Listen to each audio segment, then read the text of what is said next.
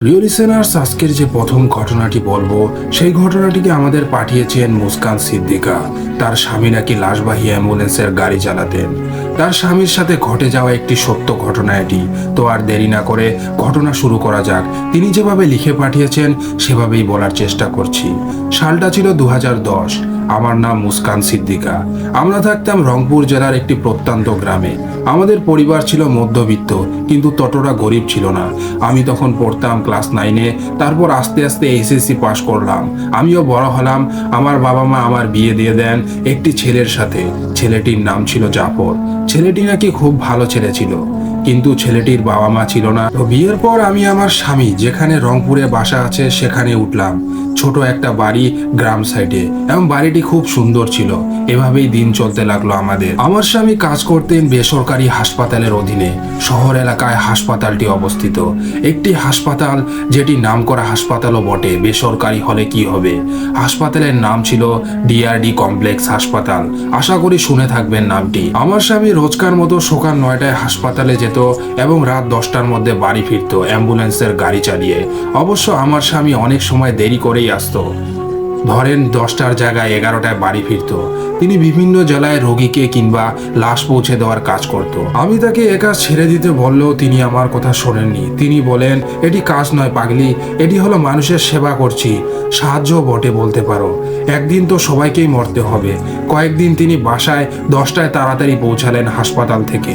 তৎক্ষণাৎ কিছুক্ষণের মধ্যেই হাসপাতাল কর্তৃপক্ষ তাকে ফোন করে জানায়, বলে তোমায় একটু আসতে হবে হাসপাতালে। তখন বাজে প্রায় 11টা। তখন কর্তৃপক্ষ বলে, তোমায় একটি লাশ পৌঁছে দিতে হবে গাজীপুরে, সেখানে গ্রামের একটা পরিবারের কাছে। বলে সব ঠিকানা তোমার মেসেজ করে দিয়েছি। এবং আমার স্বামী বলে, ঠিক আছে, তাহলে আমি হাসপাতালে যাওয়ার জন্য এখনই রওনা দিচ্ছি।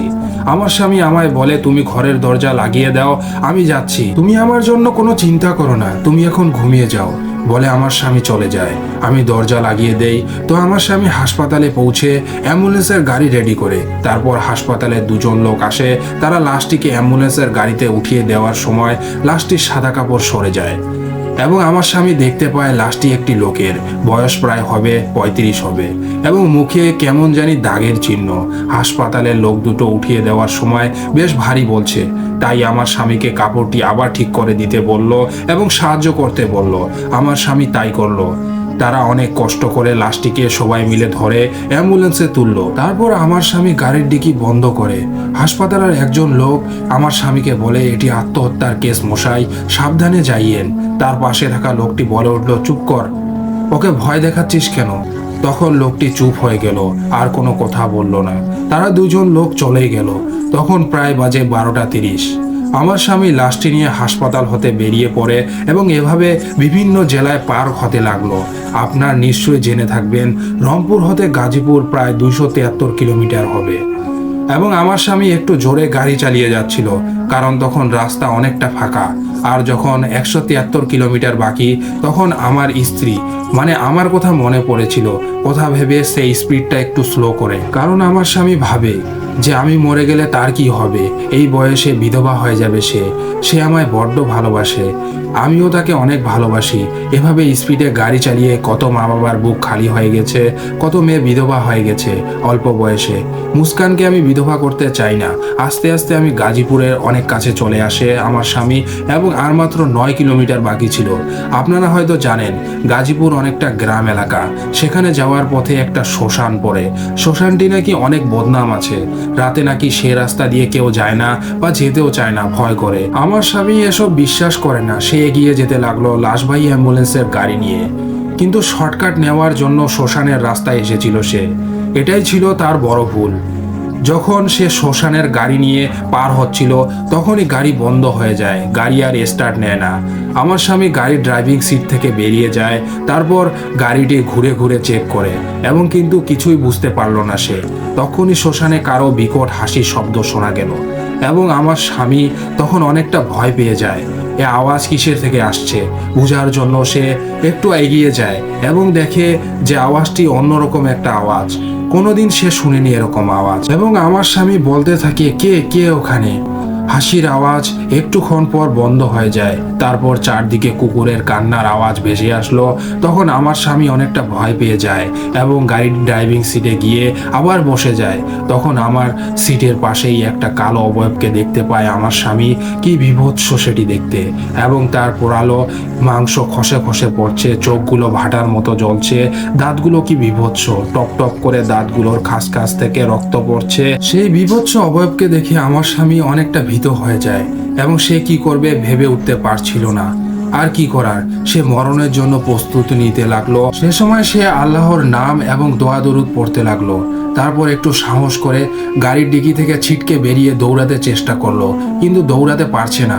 সে অনেক চেষ্টা করছে কিন্তু পারছে না। তার কানে একটি ফিসফিসে গলায় কে জানি বলল, এক্ষুনি দৌড় লাগাও, না হলে তোমায় আজ মরতে হবে এবং তুমি মারা যাবে, তাই দৌড় লাগাও কোনো কিছু না ভেবে। এবং সে গাড়ির ডুকি থেকে লাফ দিল তৎক্ষণাৎ এবং দৌড় লাগাতে চেষ্টা করলো। দৌড়ও মেরেছিল কিন্তু সামনে একটু গেল। তারপরে অবয়বটি তার সামনে তৎক্ষণাৎ চলে আসে। কি বিভৎস তার চেহারা, এবং আমার স্বামীর গলা টিপে ধরে, এবং সেই অবয়বটি যখন গলা টিপে ধরে আমার স্বামী তখন দোয়া দরুদ পড়তে থাকে, কিন্তু সে ছিল খুবই শক্তিশালী, তাতে কোনো কাজ হচ্ছিল না। অবশ্য আমার স্বামী এত ভালো দোয়া দরুদ জানতও না। তখন তার মনে পড়লো যে আয়াতুল কুরসি তো পড়া হয়নি, তাহলে আয়াতুল কুরসি পড়ি, এবং সে আয়াতুল কুরসি পড়তে লাগলো। কিছুক্ষণের মধ্যেই সেই অবয়বটি গায়েব হয়ে গেল এবং শূন্যে মিলিয়ে যায়। আমার স্বামী ভাবলো অবয়বটি হয়তো চলে গেছে, তাই সে গাড়ির দিকে এগিয়ে যেতে লাগলো। পরক্ষণে সে অনুভব করলো তার পিছনে কে জানি দাঁড়িয়ে আছে। সে অবয়বটিকে আবার দেখতে পেল, সে পিছন ঘুরে, এবং কি বিভৎস তার চেহারা, এবার আরো বিভৎস দেখাচ্ছে তাকে, এবং তার গোটা গা পুড়ে গেছে এরকম দেখাচ্ছে, আর তার দাঁতগুলো যেন সুচালো এবং বিভৎস। সে সেই দাঁত দিয়ে আমার স্বামীকে কামড়ে ধরার জন্য উদ্যত হলো। একটা কামড় বসাবে তৎক্ষণাৎ আরেকটা গাড়ির ডিকি থেকে আওয়াজ হয় এবং গাড়ির ডিকি খুলে যায়। গাড়ির ডিকি খুলে গেলেই ডিকি থেকে লাশটি বেরিয়ে আসে এবং শূন্যে ভাসতে লাগলো।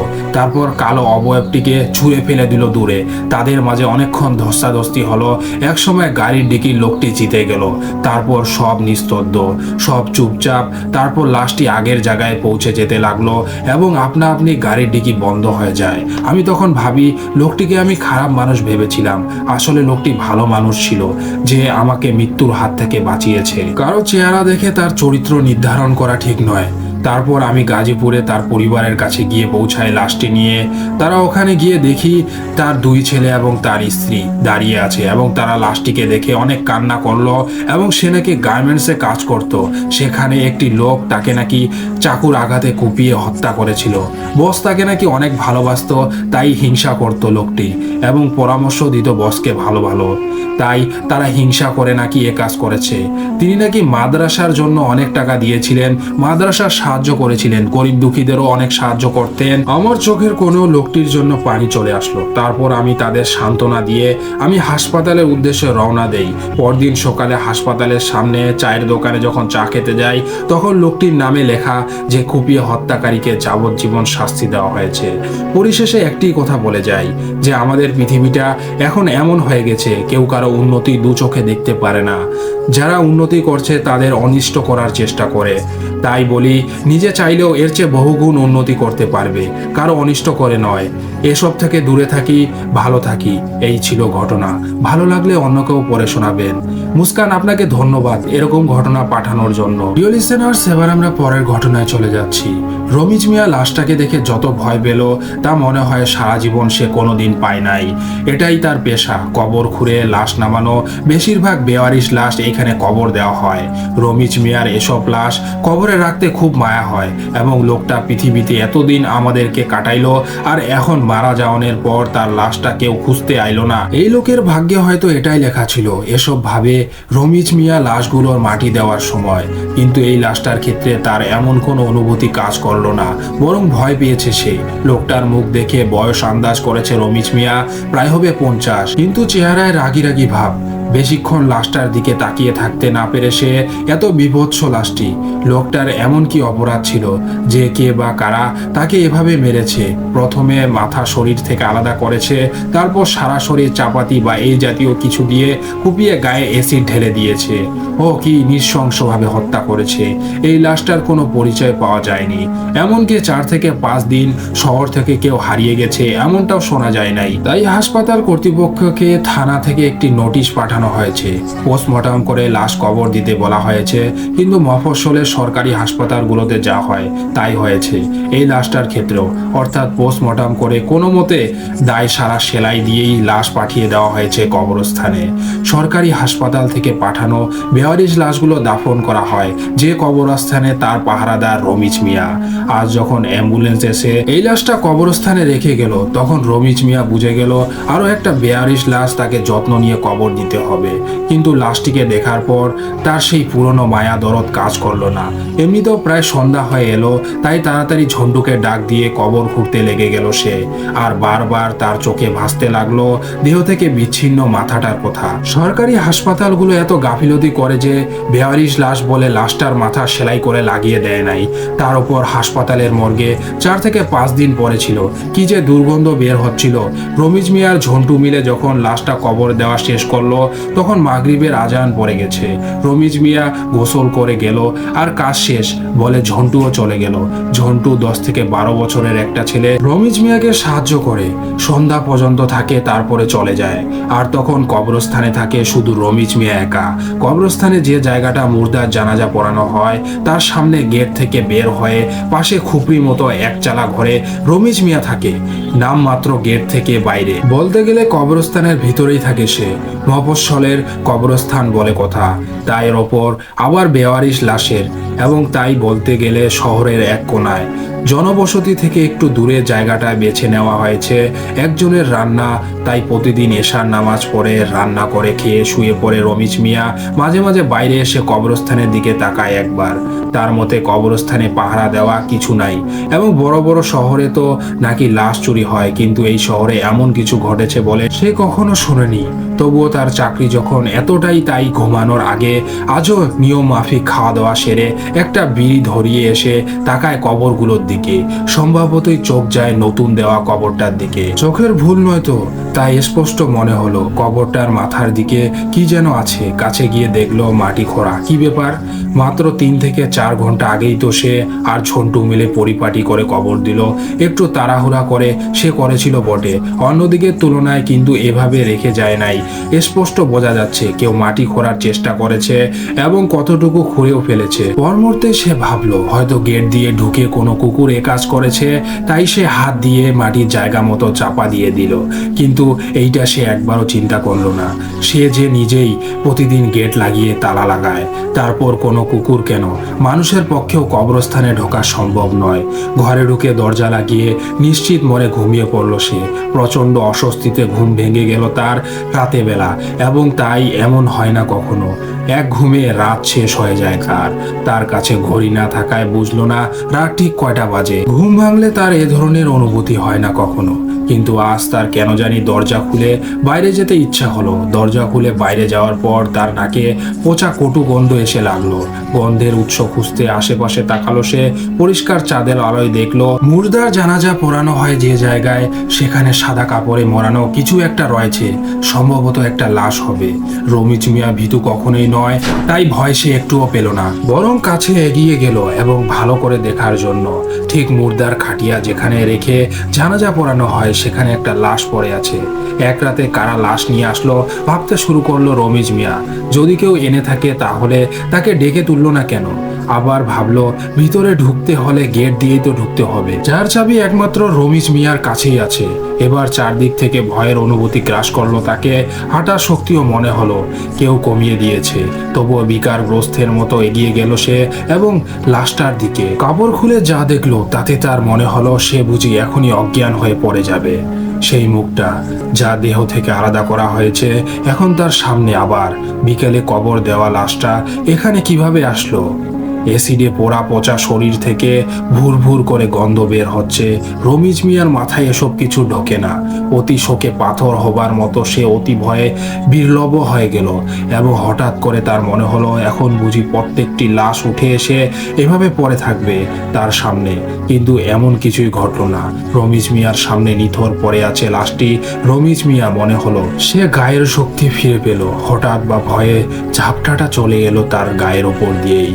কিভাবে কেন লাশটা কবর থেকে উঠে আসলো এসব চিন্তা না করে সে ভাবলো লাশটাকে আবার কবর দিতে হবে। যেই ভাবা সেই কাজ, এবং সে লাশটাকে কাঁধে তুলে নিল। জীবনে এমন হয় এত ভারী লাশ সে কোনোদিন বহন করে নাই, তাই মনে হলো রমিজ মিয়ার ভার সামলাতে বেশ বেগ পেতে হলো তার। 5 থেকে 6 দিনের পুরনো লাশ রমিজ মিয়ার জোরে ধরা মাত্রই ধুমড়ে মুচড়ে গেল। মনে হলো এখনই বুঝি হাত পা সব খুলে পড়বে। রমিজ মিয়া মনে ছিল না যে লাশটার মাথা শরীর থেকে আলাদা করা, তাই সে লাশটার ঘাড়ে নেওয়া মাত্রই মাথাটা থপ করে পড়ল কাপড়ের ভিতর থেকে, আর এক হাতে মাথাটাও তুলে নিল রমিজ মিয়া। চলল কবরে লাশটি রেখে আসতে। লাশটি কবরে রেখে মাথাটা ঠিক জায়গায় বসানো মাত্রই চোখ কপালে উঠল তার। বড় বড় হলুদ চোখ দিয়ে লাশটা তাকিয়ে আছে তার দিকে, আর একটা হাত দিয়ে ধরে রেখেছে রমিজ মিয়ার হাত, এত জোরে যে কারো সাধ্য নাই সেই হাত ছাড়ানোর। রমিজ মিয়ার গায়ের সব লোম খাড়া হয়ে গেল। এত কিছু আর সহ্য করতে না পেরে জ্ঞান হারালো। যখন তার জ্ঞান ফিরল তখন সকাল। সে দেখলো ঝন্টু তার মুখের ওপর ঝুঁকে আছে। ঝন্টু জিজ্ঞেস করলো রাতে কি হয়েছিল এবং কিভাবে নতুন কবর দেওয়া লাশটা মুর্দার জানাজা পড়ানোর জায়গায় গেল। এই কথা শুনে রমিজ মিয়ার কানে তালা লাগার জোগাড় হলো। সে নিজে কাল দ্বিতীয়বারের মতো লাশ কবরে রেখে এসেছিল, শুধু মাটি দিতে পারে নাই। কেন পারে নাই তার কাউকে বলবো না, শুধু বলবো সে আর এখানে কাজ করবে না। তখনই চলে গেল। কবরস্থান কর্তৃপক্ষ এসব ব্যাপার নিয়ে বেশি ঘাটাঘাটি না করে লাশটিকে আবার কবর দিয়ে নতুন দারোয়ান নিয়োগের সিদ্ধান্ত নিল। সেদিন কারো মতো কাউকে না পেয়ে কবরস্থান কর্তৃপক্ষই গেটে তালা লাগিয়ে চলে গেল। সেদিন কুশলপক্ষের রাতে কেউ যদি কবরস্থানে উকি দিত তাহলে দেখতে পেত নতুন কবর দেওয়া লাশটি থেকে একটা হাত বের হয়ে অতি কষ্টে হাতরে কবর থেকে মাটি সরিয়ে নিজের মাথাটা এক হাতে ধরে উঠে দাঁড়ালো। তারপর ধীরে অতি ধীরে এগিয়ে গেল মুর্দার জানাজা পড়ানোর জায়গায় এবং চুপচাপ সেখানে শুয়ে পড়ল। মুসলমান ঘরে জন্ম তার এবং জানাজা ছাড়া কবরে থাকতে চায় না সে। বড় কষ্ট এতে, তার অনেক বড় কষ্ট। এই ছিল ঘটনা। প্রিয় লিসেনার্স, আমাদেরকে এই ঘটনাটি পাঠিয়েছিলেন নাইম। তাকে অনেক ধন্যবাদ এরকম ঘটনা পাঠানোর জন্য। এবার আমরা পরের ঘটনায় চলে যাচ্ছি। বর্ষণ মুখর একটা সন্ধ্যা, 7টা বেজে 31 মিনিট।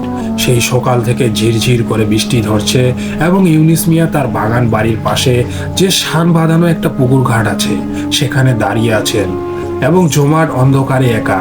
মাথার ওপর শরীফ মার্কা ছাতা ধরা, গায়ে সাদা পাঞ্জাবি, ভয়ে বেচারার মুখ পাংশু হয়ে আছে।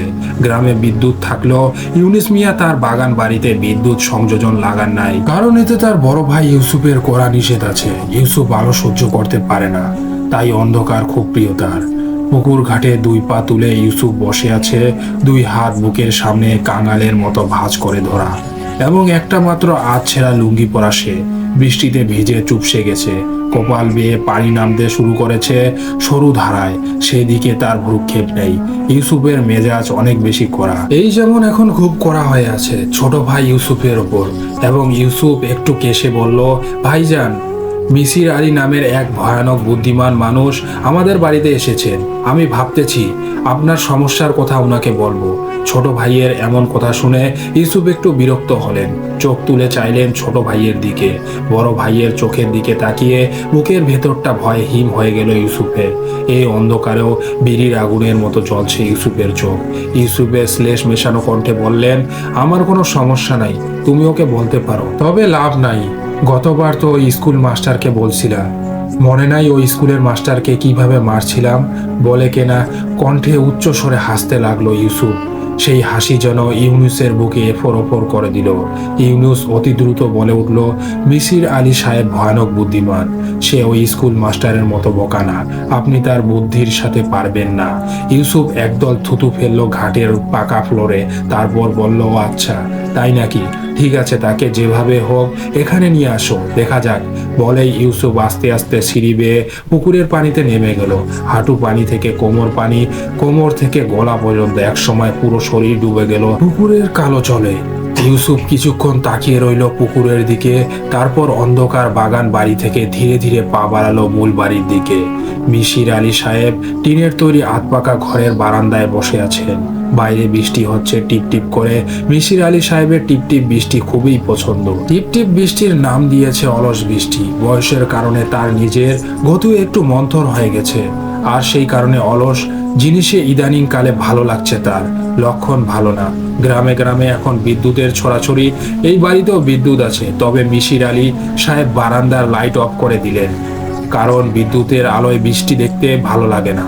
কই যেন পড়েছেন, চাঁদের জ্যোৎস্না দেখতে হয় খোলা মাঠে, আর রাতের বৃষ্টি দেখতে হয় অন্ধকারে বসে। মিশির আলী অনেক চেষ্টা করলেন কথাটা কার মনে করতে, কিন্তু পারলেন না। স্মৃতি বেইমানি করা শুরু করে দিয়েছে, লক্ষণ ভালো না। বেতের চেয়ারে 2 পা তুলে বসলেন মিশির আলী, হাতে ধোয়া ওঠা 1 কাপ লাল চা, চায়ে একটু লবণ দেওয়া, তবে খেতে ভালোই লাগছে তার। মিশির আলী একটা সিগারেট ধরালেন।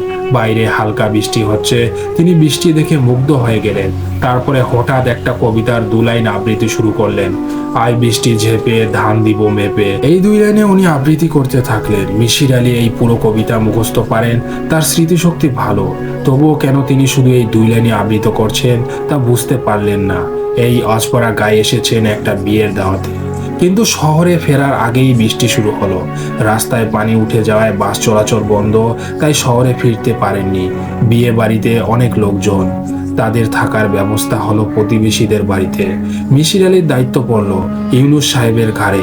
ইউনুস সাহেব একজন অবস্থা সম্পন্ন মানুষ, এবং গঞ্জে বিরাট দোকানপাট, আর গ্রামে তো জমি জমার অভাব নাই। সব অবস্থা সম্পন্ন মানুষের মধ্যে যেমন একটু অস্বাভাবিক লক্ষণ করা যায়, ইউনুস সাহেবও তার ব্যতিক্রম নন।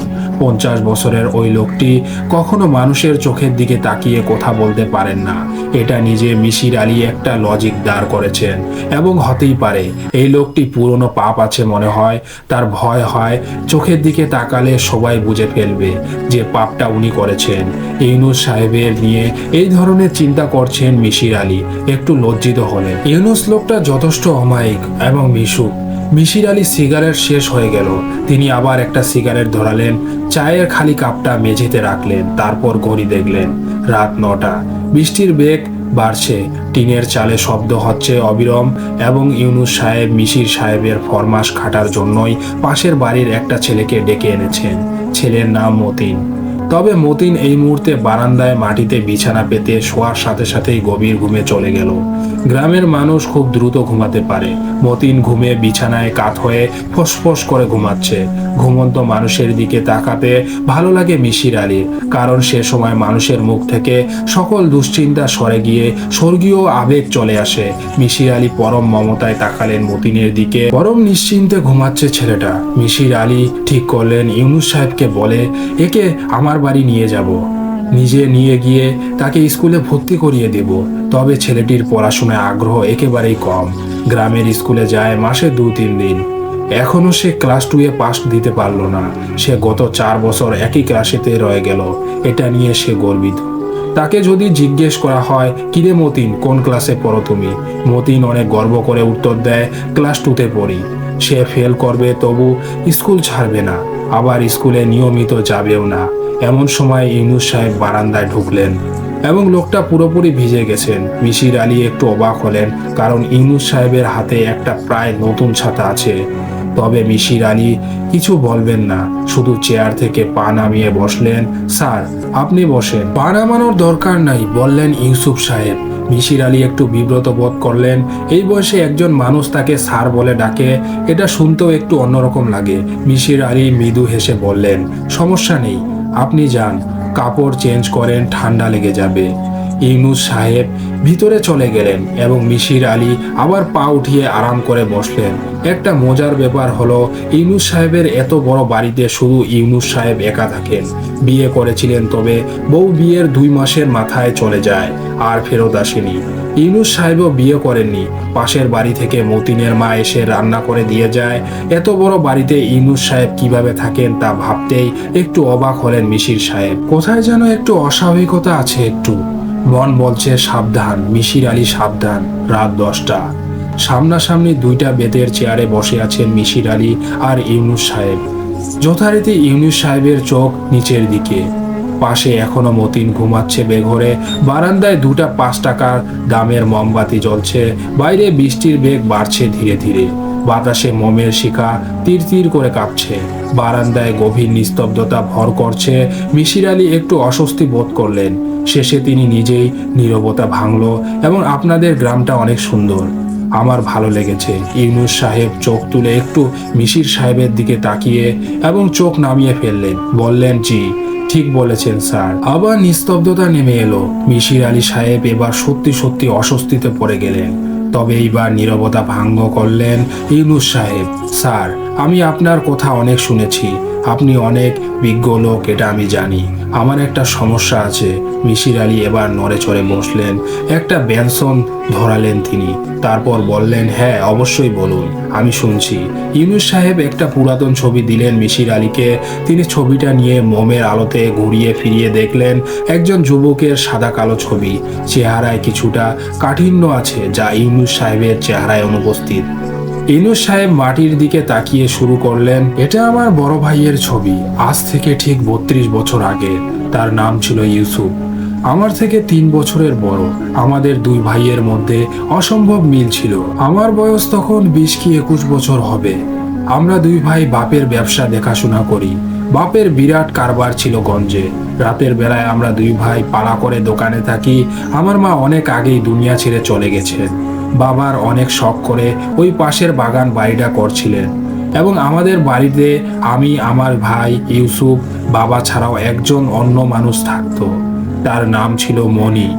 আমার এক খালাতো বোন, বাপ মা মরা মেয়ে ছিল সে, তাই আমার বাবা ওকে আমাদের বাড়িতে এনেই রাখেন। মণি বড় হলে তাকে বিয়ে দিবেন।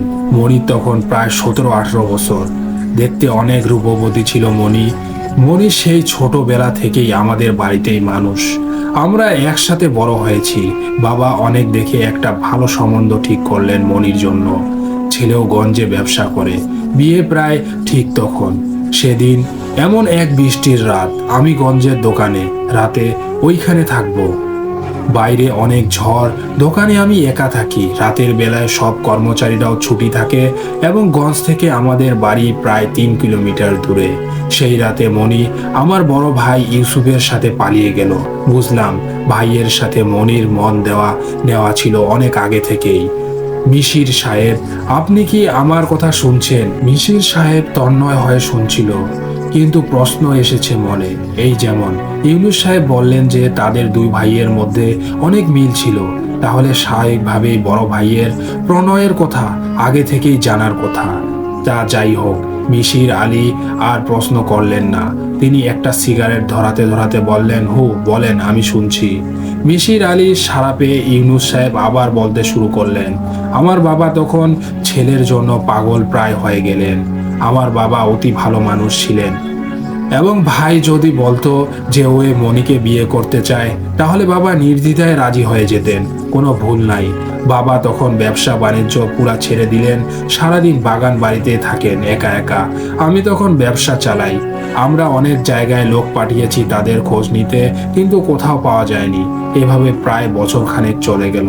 একদিন সন্ধ্যায় বাবা আমাকে বাগান বাড়িতে ডেকে বললেন, আমি স্বপ্নে দেখেছি তোর ভাই আর মণি এই দুনিয়াতে নাই। ওরা দুজন আমাকে ডাকছে।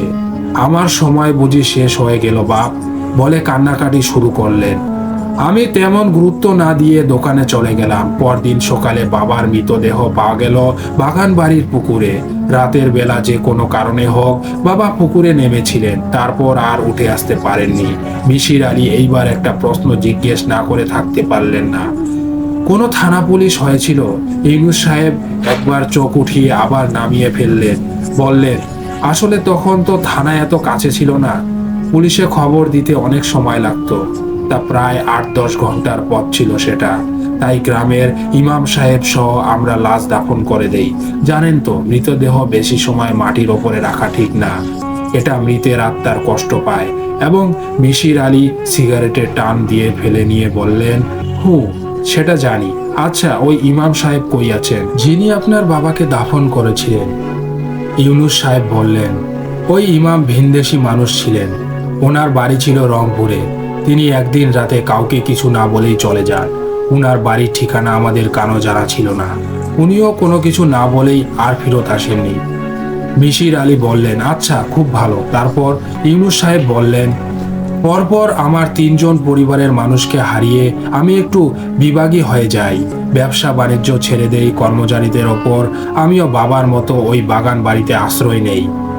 সারাদিন সারা রাত ওখানেই থাকতাম। আমার খুব মন খারাপ হতো। আমি বাবা বাবা বলে কাঁদতাম। এভাবে কতদিন গিয়েছিল জানি না। হঠাৎ এক গভীর রাতে আমি বাগান বাড়ির বারান্দায় বসেছিলাম। তখন শীতকাল। বাইরে তখন ঘন কুয়াশা, কুয়াশার কারণে আকাশের চাঁদ দেখা যায় না। আমি কাঁদছি। হঠাৎ দেখি সেই কুয়াশা ভেদ করে একজন মানুষ এসে দাঁড়ালো আমার সামনে। অন্ধকার আর চাঁদের আলোর লুকোচুরির কারণে লোকটাকে বোঝা যাচ্ছে না, তবে এইটুকু বুঝতেছি লোকটির সারা শরীর পানিতে ভেজা। আমি অবাক হয়ে গেলাম, কারণ এদিকে শীত অনেক বেশি পড়ে, আর এই শীতের রাতে কেউ একজন খালি গায়ে মাত্র একটা লুঙ্গি পরে থাকতে পারে না। দেখলে বিশ্বাস করার মতো না। আমি বললাম, কে কে ওখানে? লোকটা জবাব দিল, আমি তোর বড় ভাই ইউসুফ, তুই আমার সাথে আয়। বলে লোকটা উল্টো হাঁটা দিল। আমার মনে তখন অনেক আনন্দ। আজ এত বছর পরে আমার ভাই এসেছে। ভাইকে পাবার আনন্দে তখনকার অস্বাভাবিক ব্যাপারগুলো চোখের মধ্যে পড়ল না। আমি মন্ত্রমুগ্ধের মতো হাঁটা ধরলাম ভাইয়ের পিছে পিছে। দেখি আমার ভাইটি বাগান বাড়ির গাছের ফাঁক দিয়ে আস্তে আস্তে পুকুরের দিকে এগিয়ে যাচ্ছে। আমিও গেলাম। দেখি ভাই আস্তে আস্তে হিম শীতল পানিতে গলা পর্যন্ত নেমে গেল। আমি পুকুর পাড়ে এসে দাঁড়ালাম। আমার ভাই আমাকে বলল, ইউনুস, আমি ফিরে আসছি। আমি বললাম, ভাই এতদিন তুমি কই ছিলা? ভাই আমার কথায় জবাব না দিয়ে বলল, ইউনুস, আমি আর মনি বাড়ি থেকে পালিয়ে যাবার পরে একটা রাস্তায় আমাদের ডাকাত ধরলো। তারপর ওরা আমাকে মেরে নদীতে ভাসিয়ে দিল। আর মনিকে কোথায় যে নিয়ে গেল, সেই থেকে আমি পানি ছাড়া থাকতে পারি না। আমি এখন থেকে এই পুকুরেই থাকবো। আমার তখন ভয়ে হাত পা বরফ হয়ে গেছে। আমি একটা ঢোক গিলে বললাম, মরে গেছো মানে কি? ভাই একটু ক্ষণক্ষণে গলায় বলল, মরে গেছি মানে মরে গেছি, ইন্তেকাল করেছি। এইবার বুঝছস? আমার তখন অবস্থা খারাপ। আমি কোনো মতে বললাম, আচ্ছা ঠিক আছে, তোমার যতদিন ইচ্ছা থাকবা, সমস্যা নেই। ভাই এসে বলল, তুই ভয় পাস না, আমি তোর কোনো ক্ষতি করব না। তুই শুধু আমি যা যা বলি তাই করবি। এই পুরো বাগান বাড়ির পাশে দেওয়াল তুলে দিবি, যেন কেউ না আসতে পারে। আর এই পুকুরের পশ্চিম পাশে একটা পাকা ঘাটলা তুলে দিবি। আমি রাতের বেলা ওখানে বসে আরাম করব। আর শোন, আমার কথা কাউকে বলবি না যেন, না হইলে তোর ক্ষতি হবে। আর যাকে বলবি তাকে আমি মেরে ফেলবো, আমার নিজের জন্য। মনে থাকে যেন। আমি বললাম, ঠিক আছে ভাই। তারপর আমি পুরো বাগান বাড়ির চারপাশে দেওয়াল তুলে ওপরে কাচের টুকরা দিয়ে দেই, আর একটা সুন্দর শান বাঁধানো পাকা ঘাটলা তৈরি করে দেই। মিশির আলী এবার একটু নড়ে বসলেন। খারাপ না, ভালো একটা ঘটনা। যদিও অনেক ফাঁকফোকর আছে, তবুও গ্রামের একজন সামান্য ব্যবসায়ী এত সুনিপুণ ভাবে ঘটনা বলতে পারে, লোকটির মেধা আছে অনেক। মিশির আলী বললেন, আপনি এই ঘটনা কাউকে বলছিলেন? ইউনুস সাহেব বললেন, একজনকে বলছিলাম, আমাদের গ্রামের স্কুলের অঙ্কের মাস্টার। উনি বললেন, ঠিক আছে, আমি এক রাত পুকুর পাড়ে থাকবো। পরদিন সকালে ওনাকে মৃত অবস্থায় পুকুরের পানিতে ভাসতে দেখা যায়। মিশির আলী বললেন, তো আপনি আমার কাছে আসলে কি চাচ্ছেন? ইউনুস সাহেব একটু কেশে নিলেন, তারপর বললেন, দেখেন মিশির সাহেব, আমি গ্রামে থাকতে পারি, কিন্তু আমি BA পাশ করেছি। সেই সময়ে আমি দেশি বিদেশি লেখকদের অনেক বই পড়ি। সেই সুবাদে আপনারও অনেকটা বই পড়েছি। আমি জানি, আমার ধারণা, আমি ওই পুকুর পাড়ে এক ধরনের হ্যালুসিনেশন হয়। হঠাৎ যেন ইউনুস সাহেবের গলা কেঁপে উঠল। আমি চাই আপনি আমার এই রোগের চিকিৎসা করে দিবেন। আমি সুস্থ হতে চাই। মিশির সাহেব কিছু বললেন না। তার মাথায় অনেক কিছু চিন্তা চলছে সে সময়। তারপর মিশির সাহেব বললেন, ঠিক আছে, আপনি ঘুমান। আমি কাল ওই বাগান বাড়িটা দেখব, আর কাল রাতে আমি ওখানে যাব এবং রাতে ওখানে থাকব। পরের দিন মিশির আলী অনেক ব্যস্ত একটা দিন গেল। সারাদিন বৃষ্টি ছিল, তবুও উনি সেদিন গ্রামের মসজিদে গেলেন। মসজিদের ইমাম সাহেবের সাথে অনেক কথা বললেন। গ্রামের কয়েকজন বৃদ্ধ মানুষের সাথেও কথা বললেন। দুপুরে গেলেন থানায়। চেষ্টা করলেন কিছু তথ্য জোগাড় করার। একটা অদ্ভুত তথ্য পেলেন তিনি। বাগান বাড়ির ঘাটলা বানানোর জন্য মাত্র একজন লোক রেখেছিলেন ইউনুস সাহেব, আর ওই লোকটিও ঘাটলার কাজ পুরোপুরি শেষ হবার আগেই মারা পড়ে। তার লাশ পাওয়া যায় ওই পুকুরের পানিতে। এই পর্যন্ত তথ্য কেন ইউনুস সাহেব গোপন করলেন বুঝতে পারলেন না মিশির আলী। বিকেলে যখন ইউনুস সাহেব বাড়ি ফিরলেন, তখন মিশির সাহেব পুরো কাক ভেজা হয়ে গেছেন। শরীর গরম হয়ে আসছে, জ্বর জ্বর ভাব। ইউনুস সাহেবও জ্বরে পড়েছেন, প্রায় 100 ডিগ্রির মতো। মিশির আলী একটা ফ্লাক্সে কিছু চা আর এক প্যাকেট ব্যঞ্জন নিয়ে ইউনুস সাহেবকে বললেন, আমাকে আপনার বাগান বাড়িতে রেখে আসুন, আমি আজ রাতে ওখানেই থাকবো। ইউনুস সাহেব মিশির আলীকে বাগান বাড়িতে নিয়ে গেলেন। মূল ফটকে বিশাল লোহার গেট, গেটে এত বড় একটা তালা। সেই তালা খুললেন ইউনুস সাহেব। মিশির আলী অবাক হয়ে দেখলেন গেটের চাবি ইউনুস সাহেবের কোমরে একটা কাল সুতো দিয়ে আটকানো, আর সেখানে একটা মাত্র চাবি। বুঝতে পারলেন এই চাবি তিনি 1 মিনিটের জন্য হাতছাড়া করেন না। মিশির আলীকে বাগান বাড়িতে রেখে ইউনুস সাহেব চলে গেলেন বাড়িতে। যাওয়ার সময় মিশির আলী খেয়াল করলেন ইউনুস সাহেব জ্বরে কাঁপছেন। রাত তখন 8টা। মিশির আলী পুরো বাগান বাড়ি দেখা শেষ করলেন মাত্র। এত বড় বাগান বাড়িকে পুরো মৃত নগরীর মতো মনে হচ্ছে। অনেক আগাছা আর শুকনো পাতায় ভরে আছে জায়গাটা। কতদিন এখানে কেউ মানুষের আনাগোনা নেই ভাবতেই একটু বিস্ময় অনুভব করলেন তিনি। আকাশে এখন কাল মেঘের খেলা, এই আসছে এই যাচ্ছে। মাঝে মাঝে আকাশের মেঘ পুড়ে পূর্ণিমার চাঁদ উকি মেরে আবার লুকিয়ে যাচ্ছে। মিশির আলী আগে থেকেই একটা ছাতা আর একটা চেয়ার নিয়ে রেখে এসেছিলেন পুকুর পাড়ে, শান বাঁধানো ঘাটলার ঠিক ওপর পাশে, এবং মিশির আলী পুকুর পাড়ে গিয়ে চেয়ারে বসলেন। কাঁধের ওপর ছাতাটা ফেলে 1 কাপ চা নিলেন। চা শেষ করে একটা সিগারেট ধরালেন। বর্ষাকালে চারপাশে ব্যাঙের ডাকে মুখরিত থাকে, তবে এই পুকুরে কোনো ব্যাঙের ডাক শুনতে পারছেন না তিনি। অবাক করা বিষয়, ব্যাপারটা কেমন ভৌতিক মনে হলো। মৃদু হেসে দিলেন মিশির আলী। তিনি ভূতে ভয় পান না, তবে সাপ খোকরে ভয় তার, এবং তাই তিনি মাটি থেকে চেয়ারে পা তুলে নিলেন। শুরু হলো অপেক্ষার পালা। তিনি কোনো আলো জ্বালাননি, শুধু পকেটে একটা ছোট টর্চ রেখেছেন। ইউনুস সাহেব ব্যাপারটা নিয়ে ভাবছেন মিশির আলী। তিনি একটা সাধারণ মানসিক রোগে ভুগছেন। এই রোগে রোগীরা নিজেদের চারপাশে এক ধরনের আলাদা জগৎ তৈরি করে নেয়। সে জগতে দ্বিতীয় কোনো সত্তার প্রবেশ নিষিদ্ধ। যে খুনগুলো হয়েছে এই পুকুরে, সেগুলো একদিন থেকে দেখলে খুব সাধারণ খুব মনে হতে পারে, কোনো রহস্য নাই। যেমন স্কুল মাস্টার খুব সাধারণ একজন মানুষ ছিলেন, পরকালে ভয়ানক বিশ্বাস করেন তিনি। এই তথ্যগুলো মাস্টার সাহেবের বাড়ির লোকজন থেকে জেনেছেন মিশির আলী। হয়তো ইউনুস সাহেবের ঘটনা তার মনে দাগ কাটে। রাতে এই নির্জন বাগান বাড়িতে এসে তিনি হ্যালুসিনেশনের জন্য কিছু একটা দেখেন, তারপর পুকুরে লাফিয়ে পড়েন। মাস্টার সাহেব সাঁতার জানেন না, তাই সহজেই মারা যান। ইউনুস সাহেবের বাবার ক্ষেত্রেও একই ব্যাখ্যা দেওয়া যায়। বৃদ্ধ মানুষ ছিলেন, উনি তার ওপরে পুত্র শোক, এবং তাছাড়া অনেকদিন একা একা নির্জন বাগান বাড়িতে থাকার কারণে উনি এক ধরনের মানসিক সমস্যায় পড়েন। মসজিদের হুজুর হয়তো সত্যি সত্যি বাড়ির দেশে চলে গেছেন, এবং ইউনুস সাহেব এই রোগ সারাতে হলে প্রথমে প্রমাণ করতে হবে যে তার ভুলগুলো, ধারণাগুলো। তিনি কোনো মৃত ভাইকে দেখেননি। কাল সকালে যখন মিশির আলী অক্ষত অবস্থায় বাড়ি ফিরবেন, তখনই একমাত্র তাকে বিশ্বাস করানো যাবে। মিশির আলী এই একটা গুণ খুব ভালো, সব সমস্যা আগে সবচাইতে সহজ সমাধান ধরে উনি শুরু করেন। সহজ সমাধান থেকে আস্তে আস্তে জটিলের দিকে যান। এভাবে শুরু করলে কোনো পয়েন্ট মিস করবার কোনো সম্ভাবনাই কম থাকে। রাত অনেক হলো, প্রায় 1টা বাজে। মিশির আলী বসে থেকে থেকে কোমর ব্যথা করে ফেলেছেন। তিনি একটু নড়ে বসলেন। বৃষ্টি অবিরাম ঝরছে টিপ টিপ শব্দে। পুকুরের বাড়িতে বৃষ্টির ফোঁটা পড়ে এবং এক আচমকা শব্দ করছে, এবং মিশির আলী মুগ্ধ হয়ে শুনছেন সেই শব্দ। এমন শব্দ, পুকুরের পানিতে কিছু একটা আলোড়নের শব্দ শোনা গেল। মিশির আলী তীক্ষ্ণ দৃষ্টিতে তাকালেন পুকুরের দিকে। কই, না তো, কিছুই না। হয়তো কোনো বড় মাছ শব্দ করছে। মিশির আলী ভালো করে খেয়াল করলেন, এই তো কিছু একটা নড়ছে পুকুরের ঠিক মাঝখানে। অন্ধকারে ভালো বোঝা যাচ্ছে না। জিনিসটা আস্তে আস্তে শান বাঁধানো পুকুর ঘাটলার দিকে এগিয়ে আসছে। মিশির আলী নিজের চোখকে বিশ্বাস করতে পারছেন না। কেউ একজন মিশির আলীর মাথার ভিতর থেকে আর্তনাদ করে চিৎকার করে উঠল, এবং পালাও মিশির আলী পালাও। এই ছিল ঘটনা। প্রিয় লিসেনার্স, আমাদেরকে এই ঘটনাটি পাঠিয়েছিলেন রাহাত। তাকে অনেক ধন্যবাদ এরকম ঘটনা পাঠানোর জন্য। আপনারাও চাইলে এরকম ঘটনা পাঠাতে পারেন। ডেসক্রিপশন বক্সে আমার জিমেল আইডি দেওয়া আছে। ভালো লাগলে অন্য কেউ ঘটনাটি পড়ে শোনাবেন।